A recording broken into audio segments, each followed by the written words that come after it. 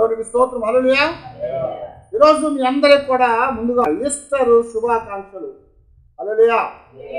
ప్రభువారు దినమందు ఆయన మరణించి పునరుద్ధానుడుగా లేచినటువంటి ఒక మంచి సుదినం ఈ దినం కనుక ప్రభువారి యొక్క జీవితంలో జరిగిన గొప్ప ఘట్టం అది మన జీవితాలకి ఎంతో నిరీక్షణనిచ్చేది.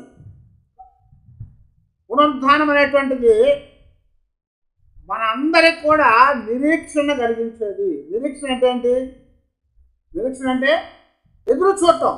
నిరీక్షణ అంటే ఆశ, ఎదురు చూడటం. అయితే కొన్నిసార్లు ఆశ పాడైపోతుంది. ఎదురు చూడటం కాసేపు చూసి ఇంకేం చూస్తాం అనుకుంటూ ఉంటాం. కానీ యేసుక్రీస్తు వారు ఈ రోజున ఆయన పునరుద్ధానుడు అయ్యాడు. దేవుని యొక్క లేఖనాల్లో సువార్తలు నలుగుట్లో కూడా ఆ ప్రభు పునరుద్ధారణ అయినట్లుగా అనేకమైన విషయాలు జ్ఞాపకం చేశారు. ఎన్నో సంవత్సరాలు నేను కూడా పునరుద్ధానపు వర్తమానం చెప్పాను, మీరు చాలా వినుంటారు.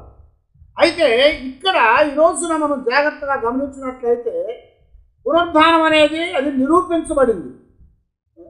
పునరుద్ధానం అనేది లేఖనాల్లో నిరూపించబడింది. కారణం ఏంటంటే అప్పటి నుంచి కూడా ఇప్పటి వరకు ఎంతోమంది చనిపోయారు, కానీ ప్రతి వారి సమాధి కూడా మూసివేయబడి ఉంది. కానీ ఖాళీగా తెరవబడ్డ సమాధి ఏదయ్యా అంటే అది యేసుక్రీస్తు వారి యొక్క సమాధి. హల్లెలూయా. ఈరోజు ఎంతోమంది యెరూషలేం పట్టణానికి వెళ్ళి ప్రభువుని పాతిపెట్టినటువంటి సమాధిలోనికి వెళ్ళి ఆయన పాతిపెట్టినటువంటి ఆ యొక్క బండని తాకి వస్తున్నారు. ఆయన చుట్టినటువంటి ఆ ప్రేత వస్త్రాలు, నార వస్త్రాలని ఇప్పటికీ మ్యూజియంలో దాచిపెట్టబడ్డాయి. వాటిని కూడా దర్శించి ఆ పుణ్యమైనటువంటి వాటిని తాకి ఆశీర్వాదాలు పొందుతూ ఉన్నారు. అది ఒక నిదర్శనం ప్రభువు లేచాడని చెప్పడానికి. అంతేకాకుండా ఆయన నిజంగా చనిపోయాడు, పాతిపెట్టబడ్డాడు, తిరిగి లేచాడు. తిరిగి లేచినాక అనేక మందికి ఆయన కనపడ్డాడు. అది నిదర్శనం ప్రభువు లేచాడని, పునరుద్ధానుడు అయ్యాడని. అయితే వాస్తవానికి ఈ రోజున పునరుద్ధానం అనేది మనకి నిరీక్షణ ఇచ్చేదిగా ఉంది. నిరీక్షణ అనేది చాలా అవసరమైంది మన జీవితానికి. దేవుని యొక్క లేఖనాల్లో మనం జాగ్రత్తగా చూస్తున్నప్పుడు యేసు ప్రభు దగ్గరకు వచ్చినటువంటి ఆయన్ని బాధ పెట్టి మరణానికి అప్పగించినటువంటి వారిలో సద్దుకాయులు అనేవారు, పరిసయ్యులు అనేవారు ఉన్నారు. సద్దుకాయులు అనేవారు పునరుద్ధానాన్ని నమ్మనివారు, పరిసయ్యులు అనేవారు పునరుద్ధానాన్ని నమ్మేవారు. అయితే ఇక్కడ మనం జాగ్రత్తగా చూస్తూ ఉన్నట్లయితే యేసుక్రీస్తు వారు పునరుద్ధానమైన తర్వాత అది నమ్మని వారు ఆయన పునరుద్ధానం కాలేదని చెప్పారు. ఎందుకని? వారు నమ్మరు కనుక. నమ్మేవారు ఆయన పునరుద్ధానం అయ్యాడని తెలుసుకున్నారు. ఆయన పునరుద్ధానం అయినప్పుడు అనేకమైనటువంటి సత్యాలు దేవుని లేఖనాల్లో రాయబడ్డాయి. మత్తయి సువార్త, మార్కు, లూకా, యోహానులో చివరి భాగాల్లో మీరు చదవండి తర్వాత. అయితే ఇక్కడ నేను చెప్పే మాట ఏంటంటే ఈ రోజున యేసుక్రీస్తు వారు ఆయన పునరుద్ధానం చెందటం ద్వారా మనకు నిరీక్షణ ఇచ్చాడు. ఆ నిరీక్షణ ఆయన పునరుద్ధానం చెందకపోతే మనకు కలిగేది కాదు. కారణం ఏంటంటే మొదటి కొరింథీ పత్రిక 15వ అధ్యాయం 12-13 వచనాల్లో క్రీస్తు మృతుల్లో నుండి లేపబడి ఉన్నాడని ప్రకటింపబడుచుండగా మీలో కొందరు మృతుల పునరుద్ధానము లేదని ఎట్లు చెప్పుచున్నారు? మృతుల పునరుద్ధానము లేని ఎడల క్రీస్తు కూడా లేపబడి ఉండలేదు, మరియు క్రీస్తు లేపబడి ఉండని ఎడల మేము చేయు ప్రకటన వ్యర్థమే, మీ విశ్వాసమును వ్యర్థమే. హల్లెలూయా. ఏం చెప్తున్నారండి? చాలా మంది అట లేదని చెప్తున్నారు, కానీ వాళ్ళు చెప్పినట్టుగా పునరుద్ధానం లేకపోతే యేసుక్రీస్తు వారు చనిపోవటము వ్యర్థం. గమనించారా? యేసు ప్రభువు లోకానికి ఎందుకు వచ్చారు? ఆయన నశించిన వారిని వెతికి రక్షించడానికి వచ్చారు. పాపములో ఉన్నవారికి పాప విమోచన కలిగించడానికి వచ్చారు. ఆయన బంధకాల్లో ఉన్నవారికి విడుదల ఇవ్వటానికి వచ్చారు. లూకా సువార్త 4వ అధ్యాయంలో చెప్పినట్లుగా దేవుని యొక్క ఆత్మ ఆయన మీదకి వచ్చినప్పుడు ఆయన చేయటానికి ముందుగానే యెషయా భక్తుడు 750 సంవత్సరాలకు పూర్వమే ప్రవచించిన కార్యాలు చేయటానికి ఈ లోకంలోనికి వచ్చాడు. అంతేకాదు కానీ ఆయన ఎందుకు వచ్చాడు ఈ లోకంలోనికంటే నశించే వారిని, పాపములో మగ్గిపోతా ఉన్న వారిని, పాపం అనేటువంటి దొంగ ఊబిలో కూరుకుపోయిన వారిని విడిపించి బయటకు తీసి వారికి విమోచన కలిగించడానికి ఆయన ఈ లోకంలోనికి వచ్చాడు అని దేవుని వాక్యము రాయబడతా వచ్చింది. తిమోతితో పౌలు గారు చెప్తున్నాడు కదా, యేసు క్రీస్తు వారి లోకానికి వచ్చాడు రక్షించడానికని చెప్పబడ్డ వాక్యము అది నమ్మదగినది, పూర్ణ అంగీకారమునకు యోగ్యమై ఉన్నది అన్నాడు. అన్నడా అది నమ్మదగింది. ఆయన లోకానికి ఎందుకు వచ్చారంటే పాపులను రక్షించడానికి అది నమ్మదగింది. ఆయన లోకానికి ఎందుకు వచ్చారంటే నశించిన వారిని విమోచించడానికి. అది పూర్ణమైనటువంటి అంగీకారాన్ని కలిగినటువంటిది. కనుక ఈరోజు ప్రభువారు మన కొరకు చనిపోయి తిరిగి లేచాడు. ఆయన లేచాడు కనుక మన జీవితాలకి ఒక నిరీక్షణ ఇచ్చాడు. మన జీవితానికి ఒక రాబోయే దినాల్లో ఒక శుభ సందేశాన్ని ఇచ్చాడు. అది లేకపోతే అంటే పునరుద్ధానము లేకపోతే యేసు క్రీస్తు వారు లేపబడలేదు. అవునా? యేసు క్రీస్తు వారు లేపబడకపోతే ఏమవుతుంది?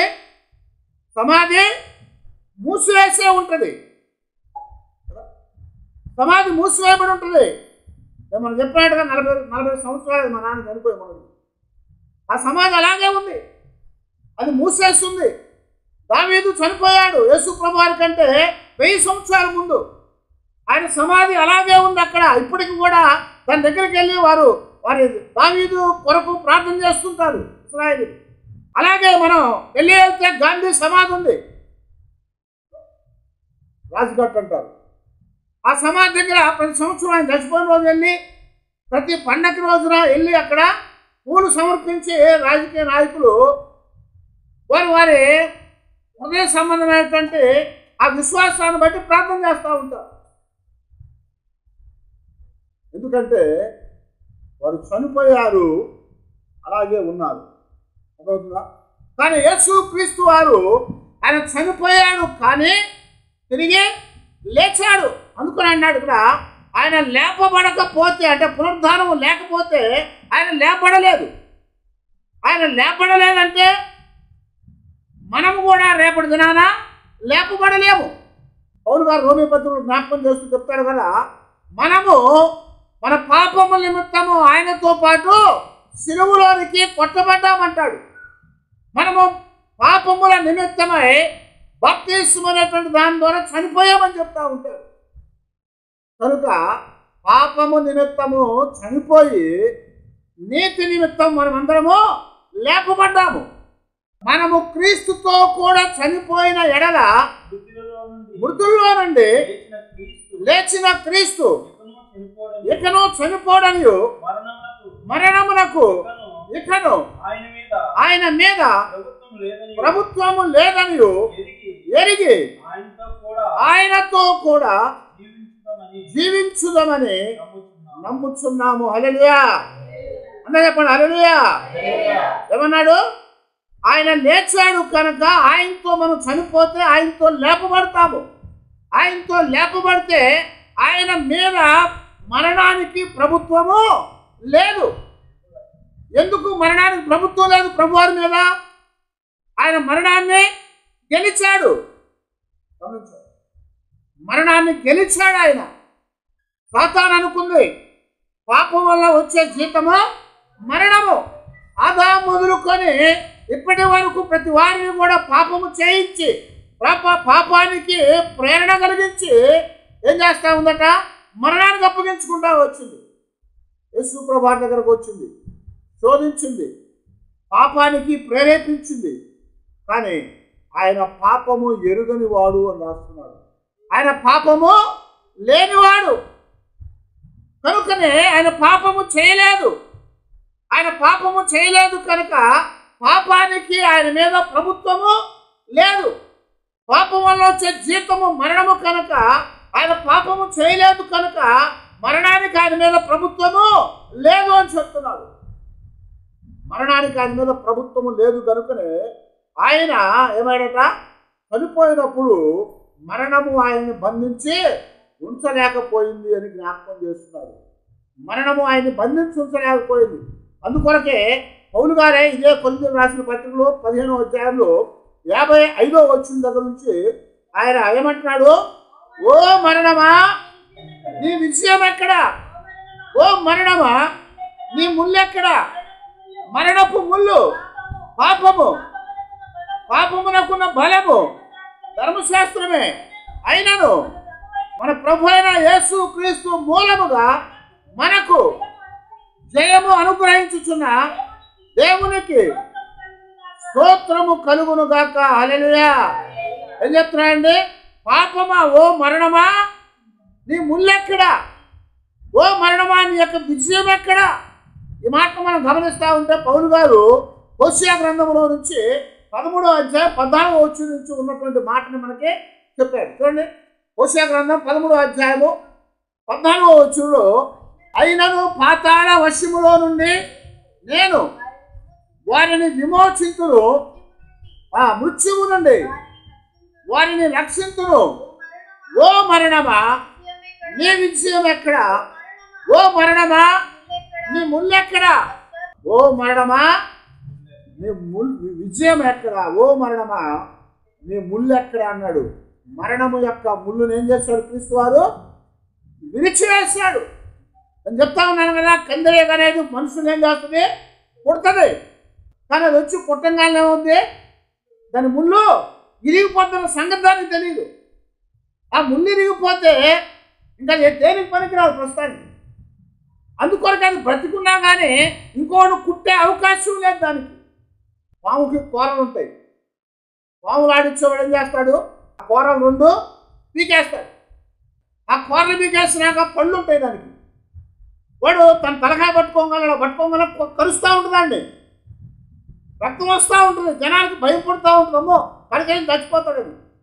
కానీ ఇక్కడ మరణం యొక్క విజయము, మరణం యొక్క ముళ్ళు ప్రభు వారు ఏం చేశాడు? విరిచివేశాడు. ఇప్పుడుదా కుట్టాను, ఎవరు నన్ను ఏం చేయలేకపోయాడు అనుకున్నది. కానీ ప్రభువు దగ్గరకు రాగానే మనందరం కూడా పాపులం కనుక అది మనల్ని కుట్టినప్పుడు ఆ ముళ్ళు ఎరగల. కానీ అది ఎప్పుడు ఇరిగింది? అలాగే సాతాను కూడా ఏమనుకుందంటే, ఇప్పుడు దాకా నేను కుడుతున్నాను కదా, ఏది కూడా ఎవడు కూడా నన్ను ఏం చేయలేకపోయాడు అనుకుంది. కానీ ప్రభువును కూడా కుట్టింది అది మరణం. ఆ మరణము ప్రభువును కుట్టంగా ఏమైంది తెలుసా? దాని ముళ్ళు విరిగిపోయింది. అందుకనే ప్రభు చెప్తున్నాడు, నీ విజయం ఎక్కడ, నీ యొక్క ముళ్ళు ఎక్కడ? ఆ ముళ్ళుని యేసుక్రీస్తు వారు విరిచివేశాడు. అందుకని ఇందాక పౌలు గారు చదివినట్లుగా రోమపత్రి ఏమన్నాడు? ఆయనతో మనం మృతి పొందినట్లయితే ఆయనతో తిరిగి లభిస్తాం. ఆయనతో తిరిగి లేచినట్లయితే మన మీద కూడా ప్రభుత్వం చేయలేదు పాపం, మరణము. ఎందుకంటే ఆయన మీద మరణము ప్రభుత్వం లేదని చెప్తున్నాడు. ఇక మీద మరణమునకు ఆయన మీద ప్రభుత్వం లేదు, ప్రభుత్వము చేయలేదని. ఎందుకంటే దాని యొక్క విజయం అనేది తీసివేయబడింది, దాని ముళ్ళు అనేది విరిచివేయబడింది. ఇంకా అది ఏమీ చేయలేదు. అందుకనే అది ఎలాగా ఉందాయా అంటే ఒక పప్పెట్ లాగా ఉండిపోయింది, అది ఏం చేయదు ఇంకా. అయితే ఇక్కడ యేసుక్రీస్తు వారు మనం జ్ఞాపకం చేస్తున్నారు, ఆయన మన కొరకు మరణించి 3వ రోజున పునరుద్ధరణగా లేచిన దాన్ని బట్టి మన జీవితాలకి నిరీక్షణ ఇచ్చాడు. ఆ నిరీక్షణ ఏదయ్యా అంటే యోబు గారు మనకు జ్ఞాపకం చేస్తూ ఉంటాడు. చూడండి, 19వ అధ్యాయంలో 25 నుంచి 27 వచ్చారు మనం చూస్తే యోబు గ్రంథంలో, అయితే నా విమోచకుడు సజీవుడనియు తరువాత ఆయన భూమి మీద నిలుచుననియు నేను ఎరుగుందును. హల్లెలూయా. ఏమన్నా అండి? ఆయన విమోచకుడు, ఆయన సజీవుడు, ఆయన మృతి పొందాడు, కానీ ఆయన సజీవుడు, మృత్యుంజయుడు. మృత్యుంజయుడు అంటే అర్థం ఏంటి? మృత్యువుని జయించాడు. మృత్యువుని జయించాడు కనుక ఆయనకి మృత్యుంజయుడు అనే పేరు. ఆ పేరులో అర్థం ఉంది.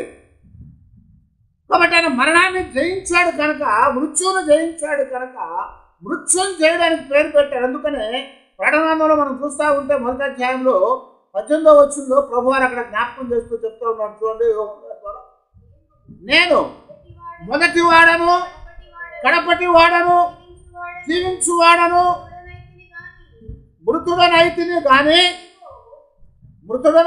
గాని ఇదిగో యుగ యుగములు సజీవుడనై ఉన్నాను. మరియు మరణము యొక్కయు పాతాళ లోకము యొక్కయు పాలపు చెవులు నా స్వాధీనంలో ఉన్నవి. హల్లెలూయా. ఏమొచ్చినట్ట స్వాధీనంలోనికి? ఇప్పుడు దాకా ఆదాము మొదలుకొని సాతాను అనేది ఏం చేస్తుంది? మానవుల్ని పాపానికి అప్పచెప్పి, పాపం ద్వారా మరణానికి అప్పచెప్పి వాడి యొక్క గదిలో వేసుకొని వాడు తాళం వేసుకుంటా ఉంది. అందుకనే ప్రభు అంటాడు కదా, మరణము యొక్క మృతుల లోకము యొక్క తాళపు చెవులు నా వశములో ఉన్నాయి. ఇప్పుడు దాకా దాని వశంలో పెట్టుకొని తాళం వచ్చి ఉండాలి, లోపల వేసుకొని తాళం వేస్తా ఉంది బయటికి రాకుండా. ప్రభువును కూడా పట్టుకుంది, ఆయన్ని కూడా లోపల వేసాను అనుకుంది. కానీ ఆయన్ని లోపల వేసిందే కానీ ఆయన లోపల ఉంచలేకపోయింది. ఎందుకంటే ఆయన సజీవుడు, ఆయన మృత్యుంజయుడు, ఆయన నిరీక్షణ ఇచ్చేవాడు. ఆయనతో మనం మృతి పొందాము, ఆయనతో లేచాము కనుక, ఆయనతో మనం మృతి పొందాము, ఆయనతో లేపబడతాము కనుక మనము కూడా జయించే వారంగా ఉంటాం. ప్రభు ఏం చెప్పాడు? నేను లోకాన్ని జయించానన్నాడు. లోకాన్ని జయించాను కనుక మీరు కూడా లోకమును జయించారని చెప్పారు. కాబట్టి ఆయనను సాతాను అనుకుంది నేను దాచిపెట్టేశాను కదా, మరణానికి అప్పగించింది, ఆ తర్వాత సమాధిలోనికి పంపింది. మరణానికి అప్పగించింది సిలువలోంచి దింపి సమాధిలో ఉంచారు. ఇంకా సమాధిలో ఉంచారు కనుక కలిపోయింది పని అనుకుంది అది. కానీ దావీదే మాట్లాడుతూ 16వ కీర్తనలో 10వ వచనంలో చెప్తాడు చూడండి, ఎందుకనగా నీవు నా ఆత్మను పాతాళములో విడిచిపెట్టవు, నీ పరిశుద్ధుని కుళ్ళు పట్టనియవు, శివ మార్గమును నీవు నాకు తెలియజేసేదవు, నీ సన్నిధిని సంపూర్ణ సంతోషము కలదు. హల్లెలూయా. ఏం చెప్తాడండి? నీ పరిశుద్ధుని నీవు కుళ్ళు పట్టనీయవు. గమనించారా? పరిశుద్ధులు కుళ్ళు పట్టరు. అయితే ఇక్కడ పరిశుద్ధుడైనా ఆయన పరిశుద్ధుడిని ఆయన కుళ్ళు పట్టనివ్వడు. ఎందుకంటే ఆయన పాపం లేనివాడు కనుక, ఆయన పరిశుద్ధుడు కనుక ఆయన కుళ్ళు పట్టనేలేదు. ఆయన సమాధిలో ఉంచింది, సమాధిలో ఉంచాననుకొని సంబరపడిపోయింది. కానీ ప్రభువుని సమాధి ఉంచలేకపోయింది భూమి. ఎందుకో తెలుసా? భూమిని కలుగు చేసింది ఎవడు? ఆయనే. భూమిని కలుగు చేస్తున్నవాడు. భూమి నాది, దానిలో ఉన్న సర్వ సంపూర్ణత నాదే. భూమి ఆయనదే, భూమిలో ఉన్న సర్వ సంపూర్ణత ఆయనదే. భూమి ఆయనది, ఆయన దాంట్లో ఉన్న సర్వ సంపూర్ణత ఆయనదే. అయితే ఆ భూమి ఎలాగా దాచిపెట్టగలుగుతుంది ఆయన్ని? అవునా? భూమి ఆయన దాచిపెట్టగలదా? పరిశుద్ధుణ్ణి, నీతిమంతుణ్ణి భూమి దాచిపెట్టగలదా? కుళ్ళు పట్టడానికి పట్టనేవాడు. ఆయన పరిశుద్ధుడు, ఆయన కుళ్ళు పట్టడానికి అవకాశం లేనివాడు. కనుక ప్రభు చెప్తున్నాడు, నేను మృతుడునైతిని కానీ తిరిగి సజీవుడినై లేచాను. ఇదిగో పాతాళము యొక్క మృతుల లోకము యొక్క తాళపు చెవులు నా స్వాధీనములో ఉన్నాయి. ఇప్పుడు ఆయన తాళం తెరిచాడు మృతుల లోకానికి, పాతాళానికి తాళం తెరిచాడు. ఇప్పుడు తాళం తెరవంగానే ఏమవుతుంది? అందులో ఉన్న అందరూ బయటకు వచ్చేయచ్చు. ప్రభు చెప్తున్నాడు కదా, మృతుల యొక్క లోకము యొక్కయు పాతాళము యొక్కయు తాళపు చెవులు నా స్వాధీనంలోకి వచ్చింది. ఎందుకంటే ఆదాముని పాపం జయించింది, ఆదాముని మరణానికి అప్పగించింది. ఆదాముని మరణానికి అప్పగించిన తర్వాత ఆయన్ని ఏం చేసింది? మృతుల లోకంలోకి నెట్టి తాళం వేసింది. అప్పటి నుంచి ప్రతి వాడిని కూడా పట్టుకొని అది మృతుల లోకములోనికి పంపించి అక్కడ తాళం వేస్తూ ఉంది. కాబట్టి ఆ తాళం ఇప్పుడు దాని వశములో నుంచి ప్రభు వశంలోకి వచ్చింది. ఎందుకంటే మరణాన్ని గెలిచాడు కనుక. అందుకనే ఆయన పునరుద్ధానములో మనకే నిరీక్షణ. ఆయన పునరుద్ధానంలో నిరీక్షణ. ఆ నిరీక్షణ అంటే రేపు మనం కూడా ఆయనతో చనిపోతే ఆయనతో లెగుస్తాము. ఆయనతో లెగిస్తే ఆయనతో పాటు జయాన్ని పొందుతాము. ఆయనతో జయాన్ని పొందితే ఆ మృతుల లోకములో కానీ పాతాళములో కానీ మనము ఉండే పని అక్కర్లేదు. అందుకనే పౌలు గారు ఏమంటాడు రోమపత్రిక 8:1 కాగా ఇప్పటి నుంచి యేసు క్రీస్తు వారి ఉన్న వారికి ఏ శిక్షా విధి కూడా లేదు అని చెప్పాడు. ఎందుకంటే అందులో నుంచి ఆయన మనల్ని విమోచించేవాడు. ఆయన ఒక నిరీక్షణ ఇచ్చాడు. మనం శరీరంతో పుట్టాము, చచ్చిపోతాం. శరీరంతో పుట్టాము, చచ్చిపోతాం. ఎందుకంటే ఒక మనుష్యుని అవిధేయత వలన పాపం వలన మరణమును లోకములోనికి ప్రవేశించినాయి. లోకంలోకి ప్రవేశించింది. అయితే రెండవ ఆయన పేరేం పెట్టాడు? ఆదాము. ఆదాము అంటే ఎర్రనివాడు. ఆదాము అంటే మట్టిలోంచి తీయబడ్డవాడు. ఆదాము అంటే ఆయన సర్వజనులకు తండ్రి. కానీ ఆయన దేవుని చేత సృజించబడితే ఆయన దేవుని మాట వినకుండా సాతాను మాట విని పాపము చేసి పాపం ద్వారా మరణాన్ని తెచ్చుకొని ఆ మరణాన్ని ఆయనతో పాటు అందరికి వచ్చేట్టు చేశాడు. మొదటి ఆదాము అలాగ అయిపోయాడు. కాబట్టి దేవుడు ఏం చేశాడు? ఆయనే తన కుమారుడుగా రెండో ఆదామును పంపించాడు. ఇప్పుడు ఈ రెండో ఆదాము పాపము చేయలేదు కానీ పాపుల కొరకు చనిపోయాడు. కానీ మరణము ఆయన్ని ఉంచలేకపోయింది. సమాధి ఆయన్ని ఉంచలేకపోయింది. మనం గమనిస్తే జాగ్రత్తగా యేసు ప్రభువు చనిపోయినప్పుడు ఆయన్ని సిలువలోంచి దింపి పాతి పెట్టేశారు. అరిమతయి యోసేపు, రెండో అతను నికోదేము. వారిద్దరూ కూడా రహస్యమైనటువంటి శిష్యులు. వాళ్ళిద్దరూ ఏం చేశారంటే పిలాతు దగ్గరికి వెళ్ళి ఆయన శరీరాన్ని మాకు ఇచ్చేయండి అయ్యా, మా ఆచార ప్రకారము రేపు విశ్రాంతి దినం కాబట్టి వాని మీద ఉంటుంది, మాకు చాలా అరిష్టము, మాకు శాపం అయ్యా, ఇచ్చేయమంటే ఇచ్చేసాడు పిలాతు. ఆయన తీసుకెళ్ళి అరిమతయిలో తొలిపించుకున్న మొదటి సమాధి, కొత్త సమాధిలో ఆయన్ని పాతిపెట్టారు. ఆయన పాతిపెట్టినాక శిష్యులు మర్చిపోయారు. ఏమని మర్చిపోయారు వాళ్ళు? నేను మీ అందరి కొరకు మరణిస్తాను, పాతిపెట్టబడతాను, మూడో రోజున మరలా నేను లెగుస్తాను అని చెప్పాడు కదా. దానికంటే ముందేం చెప్పాడు అందరితో? ఇదిగో ఈ దేవాలయాన్ని మీరు పడగొట్టండి, మూడో రోజున ఈ దేవాలయాన్ని నేను లేపుతానని చెప్పాడు. ఇంకో మాట చెప్పాడు. ఏమనంటే హేరోదు అడుగుతున్నాడు. కొంతమంది వచ్చి పెద్దలు వచ్చి అడుగుతూ ఉన్నారు, మాకు సూచన చేయమని. మీకు ఏ సూచన చేయను, కానీ యోనాలాగా నేను అవుతానని చెప్పాడు. యోనా ఎలాగూ చేప కడుపులో 3 దినాలు ఉన్నాడో అలాగున నేను కూడా భూగర్భమందు 3 దినాలు ఉండి మళ్ళా బయటికి వస్తానని చెప్పాడు ఆయన. శిష్యులు మర్చిపోయారు ఆ సంగతులన్నీ. శిష్యులు మర్చిపోయారు కానీ సినివేశ్వరులు మర్చిపోతారా? వ్యతిరేకులు మర్చిపోతారా? మర్చిపోరు.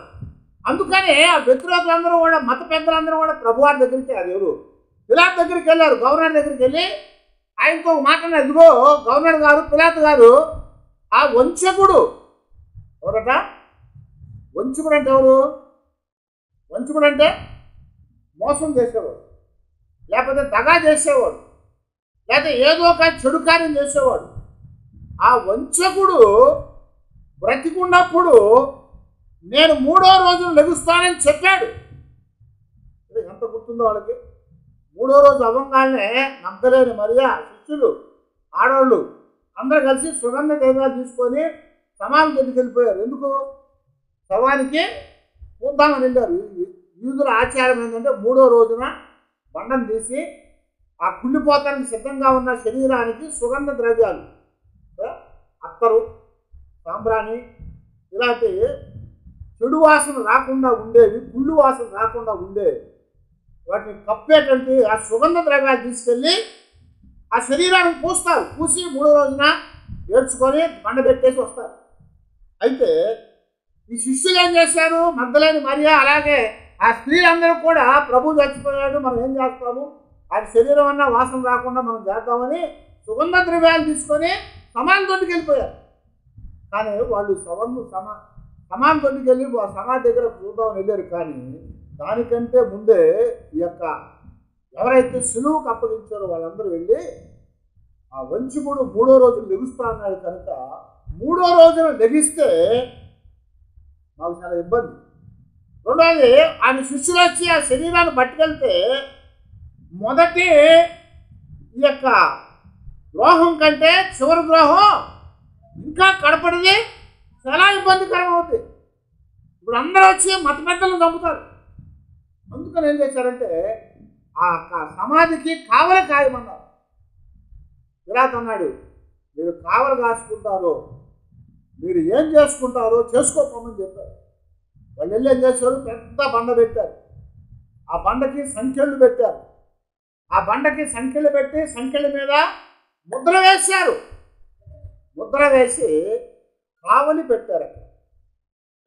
కావలి పెట్టారు. కావలి ఆయన ఏమి చేయలేకపోయింది, ముద్ర ఏమి చేయలేకపోయింది, సంఖ్యలు ఏమి చేయలేకపోయింది, ఆ బండ ఏమి చేయలేకపోయింది, సమాధి ఆయన్ని దాచి ఉంచలేకపోయింది. ఆయన 3వ రోజున ఆయన లేచాడు. ఆయన లేచినప్పుడు ఏమైంది తెలుసా? ముద్ర తెగిపోయింది, సంఖ్యలు తెగిపోయింది, బండ దొల్లిపోయింది. లోపల నుంచి ప్రభువారు బయటికి వచ్చారు. ఆయన మహిమ దేహాన్ని చూసినప్పుడు, మహిమను చూసినప్పుడు కావలి వారట చచ్చిన వారి వలె పడిపోయారు. చచ్చిన వాళ్ళ పడిపోయారు. వాళ్ళు చచ్చిపోయినట్టు పడిపోయారట. ఆయన లేచాడు, మహిమను చూడలేకపోయారు, వాళ్ళు పడిపోయారు. ఆయన లేచి కొంచెం ముందుకెళ్ళాడు. ఆ తర్వాత సంభాషణ అంతా కూడా మగ్దలేని మరి వచ్చి, అయ్యో తోటమాలు అనుకొని నా ప్రభుని ఎవడో ఎత్తుకుపోయాడయ్యా, ఎక్కడ పెట్టాడు చెప్తావని ఆయన అడుగుతూ ఉంది. కానీ వీళ్ళు పరిగెత్తుకొని ఎక్కడికి వెళ్ళారు తెలుసా? మత పెద్దల దగ్గరికి వెళ్ళిపోయారు. వెళ్ళిపోయి వాళ్ళు ఏం చెప్పండి, ఇదిగో మేము వద్దంటే మమ్మల్ని కాపలు పెట్టారు, ఎక్కువ డబ్బులు ఇచ్చి, ఇప్పుడు ఆయన లేచాడయ్యా, ఆయన లేచాడు. పునరుద్ధానం అనే మాటకి అసలు అర్థం ఏంటి తెలుసా? పునరుద్ధానం అంటే లేచి నుంచోడు. లేచి నుంచున్నా అంటే అర్థం ఏంటి? వండుకోబెట్టినాడు లేచి నుంచున్నాడు. అలాగే మరణించినోడు లేచి నుంచున్నాడు. కనుక వాళ్ళు వెళ్ళిపోయి ఆయన లేచాడయ్యా, ఆయన చూడలేక మేమందరం పడిపోయాం సత్యవాళ్ళలాగా, ఈ సంగతి కావలి సరిగా చేయలేదని తెలిస్తే మాకు తలకాయలు తీసేస్తారు అని వాళ్ళు బోర్న ఏడుస్తున్నారు మత పెద్దల దగ్గరికి వెళ్ళి కావలోళ్ళు. తర్వాత చూడండి, మీకు ఆ చివర 4 సువార్తల్లో చివర రాయబడి ఉంటాయి, మొత్తం సువార్తలు. అయితే వాళ్ళు ఏడుస్తూ ఉంటే మత పెద్దలట వారికి గొప్ప ద్రవ్యం ఇచ్చి వారిని సమ్మతపరిచి, మీరు బాధపడకుండా వెళ్ళిపోండి, మేము అధికారులతో మాట్లాడుతాం, వాళ్ళకు కూడా ఎక్కువ ద్రవ్యం ఇచ్చి మేము ఈ బాధ మీకు రాకుండా మేము చేస్తాం పొమ్మని పంపించేశారు. అప్పుడు పెద్దల దగ్గరికి వెళ్ళి వాళ్ళు, అంటే అధికారుల దగ్గరికి వెళ్ళి వాళ్ళు వీళ్ళ మీద కోప్పడకుండా ఏం చేస్తుంటే వాళ్ళకి ద్రవ్యం ఇచ్చారు, డబ్బులు ఇచ్చారు, లంచం ఇచ్చారు. లంచం ఇచ్చి ఆ సైనికులు మీరు ఏమనొద్దు, మేము నిద్రపోతుంటే ఆ శిష్యులు వచ్చి పట్టుకెళ్ళిపోయారు చెప్పండి. కానీ ప్రభు జ్ఞాపకం చేస్తున్నాడు, ఆయన చనిపోయిన లాజరును లేపినటువంటి వాడు, లాజరు బయటికి రమ్మన్నాడు. 4 రోజులు అయిపోయినటువంటి వాడు చచ్చిపోయి బయటకు వచ్చేస్తాడు. అలాగే యేసుగారి గ్రంథం 37వ అధ్యాయంలో 11 నుంచి 14 వచ్చిన దాకా రాయబడతా ఉంటుంది. ఎండిన ఎముకలను లేపాడు ఆయన. ఎండిన ఎముకలారా లెగవండి అని చెప్పాడు. ఆ ఎండిపోయిన ఎముకలట గడగడా శబ్దము చేసి అవన్నీ కూడా సమకూర్చుకొని వాటి మీద నరాలు, అవయవాలు, శరీరము అంటే చర్మము పొదగబడి అవి లేచి నిలబడ్డాయట. అప్పుడేమన్నా అంటే అదిగో నరపుత్రుడా అనే ఎవరితో పిలుస్తున్నాడు? హెజ్కేలుతో పిలుస్తున్నాడు దేవుడు. అప్పుడు పాత నిబంధనలో నరపుత్రుడా అంటే దేవుని సేవకులు, కొత్త నిబంధనలో నరపుత్రుడు అంటే యేసు ప్రభు వారు. నరపుత్రుడా నువ్వు వాటి మీద ప్రవచనం వచ్చి జీవింపు చేయమని చెప్పన్నాడు. బ్రతుకుతాయా లెగుస్తాయా అంటే నాకేం తెలుసు ప్రభా, చేసేవాడు నువ్వే కదా అన్నాడు. అవి బ్రతుకుతాయా లేదు నాకేం తెలుసు, జీవం ఇచ్చేవాడు నువ్వే, జీవాన్ని తీసేవాడివి నువ్వే, కాబట్టి నాకేం తెలుసు ప్రభా అంటే అయితే నువ్వు ప్రవచించు, ఆత్మను వాటి మీద రమ్మని ప్రవచించమన్నాడు, జీవాన్ని రమ్మని ప్రవచించమన్నాడు. ఆ ప్రవచన చేయంగానే ఆ శవముల మీదన్నిటి మీద కొడవచ్చిందట, గొప్ప బలమైన గాలి వచ్చేసి వచ్చి వాళ్ళందరి మీద రాగానే అవన్నీ కూడా జీవించి గొప్ప సైన్యముగా చేయబడ్డాయి. కనుక ఇక్కడ జ్ఞాపకం చేస్తున్నాడు కదా, ఆ గొప్ప సైన్యముగా నిలబడినప్పుడు వారిని చూడలేకపోయారు, జనాలు భయపడిపోయారట. అందుకొరకే ఇక్కడ జ్ఞాపకం చేస్తున్నాడు. మరి ఇదే 1 కొరింథీయులు రాసిన పత్రికలో 15వ అధ్యాయంలోనే 52వ వచనంలో మనం చూస్తూ ఉంటే, ఇదిగో నీకు ఒక మర్మము చెప్పుచున్నాను, మనమందరము నిద్రించము, కానీ నిమిషములో ఒక రెప్పపాటు కాలమున కడమూరం రోగులుగానే మనమందరము మార్పు పొందుతాము. మూరం రోగులు అప్పుడు మృతులు అక్షయులుగా లేపబడుదురు, మనము మార్పు పొందుదుము. క్షయమైన ఈ శరీరము అక్షయతను ధరించుకొని అక్షయతను ధరించుకొనవలసి ఉన్నది. మత్స్యమైన ఈ శరీరము అమత్స్యతను ధరించుకొనవలసి ఉన్నది. ఈ క్షయమైనది అక్షయతను ధరించుకున్నప్పుడు, ఈ మత్స్యమైనది అమత్స్యతను ధరించుకున్నప్పుడు విజయమందు మరణము మృంగివేయబడను. హల్లెలూయా! విజయమందు మరణము మృంగివేయబడిందట. ఎప్పుడట? మనం అందరము కూడా నిద్రించమన్నాడు. చచ్చిపోతామని చెప్పాడు. అక్కడ చచ్చిపోతామని చెప్పాడు. పాత నిబంధన అంతా మృతి పొందిరి, కానీ కొత్త నిబంధన అంతా నిద్రించుని. కొత్త నిబంధన నిద్రించాలని చెప్తున్నాడు. అందుకని ఏమన్నాడు? మనం అందరము కూడా నిద్రించము, కానీ రెప్పపాటు కాలములో ఏమవుతామన్నాడు? కడమూర మ్రోగుతుంది, మనమందరము కూడా మార్పు చెందుతాము. ఆ మార్పు చెందినప్పుడు ఎలాగయ్యా అంటే క్షయమైనది అక్షయతం ధరించుకుంటారు. ఈ క్షయమైన శరీరము అక్షయతం ధరించుకుంటుంది, మత్స్యమైనటువంటి ఈ శరీరము అమత్స్యాన్ని ధరించుకుంటుందట. అప్పుడు క్షయమైనది అక్షయతను ధరించుకున్నప్పుడు, మత్స్యమైనది అమత్స్యాన్ని ధరించుకున్నప్పుడు విజయము కలుగునట్టు మరణము మింగివేయబడుతుంది. కనుక ప్రభువారు ఇప్పుడు ఏమయ్యాడు? ఈ క్షయమైనటువంటి శరీరాన్ని విడిచిపెట్టి అక్షయతను ధరించుకున్నాడు. ఆ అక్షయతను ధరించుకున్నవాడు ఆయన మరణాన్ని మింగివేశాడు. అక్కడ రాయబడి, ఇంగ్లీష్లో రాయబడి చాలా చక్కగా ఉంది. Death is solved by death, death is solved by victory. మరణం అనేది మరణము ద్వారానే మింగివేయబడింది. మరణానికి అప్పగించానంది.